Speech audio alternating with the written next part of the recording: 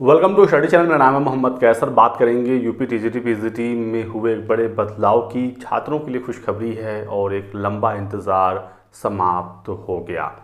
तो पहली अपडेट आप यहाँ पर देख सकते हैं दोस्तों कि माध्यमिक शिक्षा सेवा चयन बोर्ड की नियमावली में संशोधन हुआ है। तो ये संशोधन हुआ है नियम 13 में। उत्तर प्रदेश माध्यमिक शिक्षा सेवा चयन बोर्ड की टीजीटी पीजीटी भर्ती में चयनित शिक्षकों का समायोजन अब माध्यमिक शिक्षा निदेशक कर सकेंगे। पहले अधिकार उत्तर प्रदेश माध्यमिक शिक्षा सेवा चयन बोर्ड के पास था, लेकिन कैबिनेट ने उत्तर प्रदेश माध्यमिक शिक्षा सेवा चयन बोर्ड की नियमावली 1998 के नियम 13 में संशोधन कर दिया है और समायोजन कार्य माध्यमिक शिक्षा निदेशक को देने का निर्णय लिया है।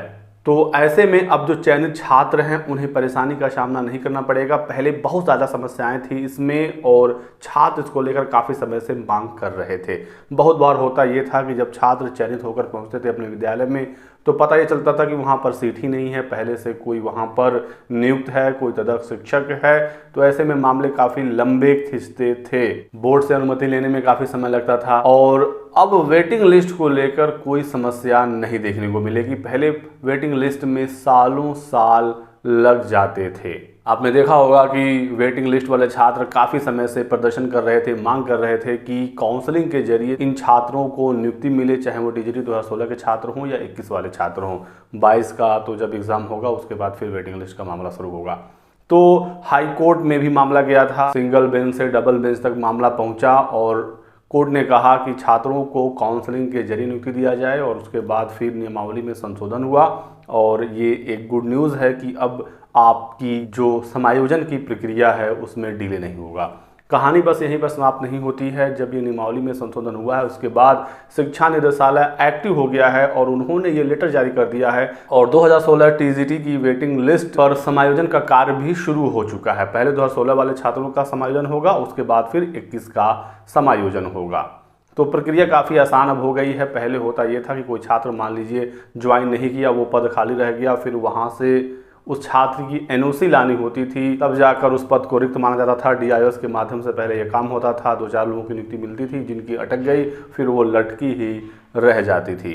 तो आप ये पत्र देख सकते हैं जो शिक्षा निदेशालय द्वारा जारी कर दिया गया है और भेजा गया है समस्त मंडलीय संयुक्त शिक्षा निदेशक को। इसका विषय है कि विज्ञापन संख्या 1/2016 यानी टीजीटी 2016 की बात हो रही है। इसके अंतर्गत मूल चयनित अभ्यर्थियों का जो आवंटित संस्था था, तो यदि छात्र ने कार्यभार ग्रहण नहीं किया है तो उन सभी पदों को रिक्त माना जाए और मूल चयनित अभ्यर्थी का अभ्यर्थन निरस्त किया जाए। और ये सूचना मांगी गई है 2 फरवरी तक सारा डेटा भेज देना है। उसके बाद 2016 वाले छात्रों को नियुक्ति मिल सकेगी। 25% औसत पैनल जारी होता है। तो जो छात्र ज्वाइन कर लिए थे वो तो ठीक है, बहुत सारे लोग ज्वाइन नहीं करते हैं, तो उन पदों को रिक्त माना जाए और यदि अभी तक ये काम नहीं हुआ है तो इसे जल्द से जल्द पूरा किया जाए और फिर इन पदों पर जो अवशेष पैनल वाले छात्र हैं उनकी नियुक्ति हो सकेगी। तो इस पत्र में 2 चीज़ें इंपॉर्टेंट है। पहला, यहाँ पर आप देख सकते हैं कि यह सुनिश्चित किया जाए कि विज्ञापन संख्या 1/2016 यानी टीजीटी 2016 के समस्त मूल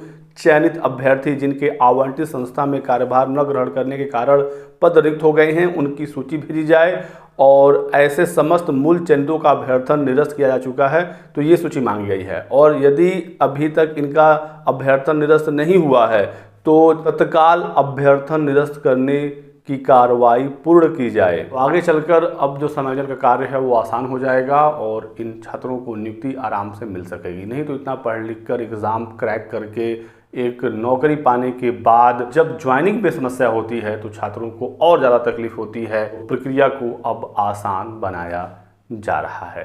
तो ये एक महत्वपूर्ण अपडेट थी। सभी छात्रों के लिए अच्छी खुशखबरी है। 2022 वाले छात्रों के लिए भी अपडेट है क्योंकि आगे चलकर फिर उनका भी समायोजन होना है।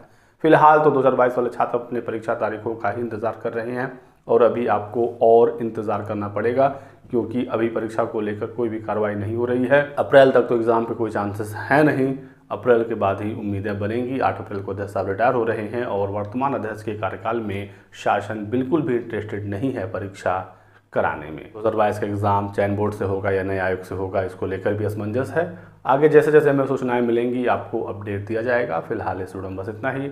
वीडियो को लाइक और चैनल को सब्सक्राइब कर दीजिएगा दोस्तों, ताकि आपको इसी प्रकार की सभी लेटेस्ट और ऑथेंटिक इन्फॉर्मेशन मिलती रहे। Thanks for watching.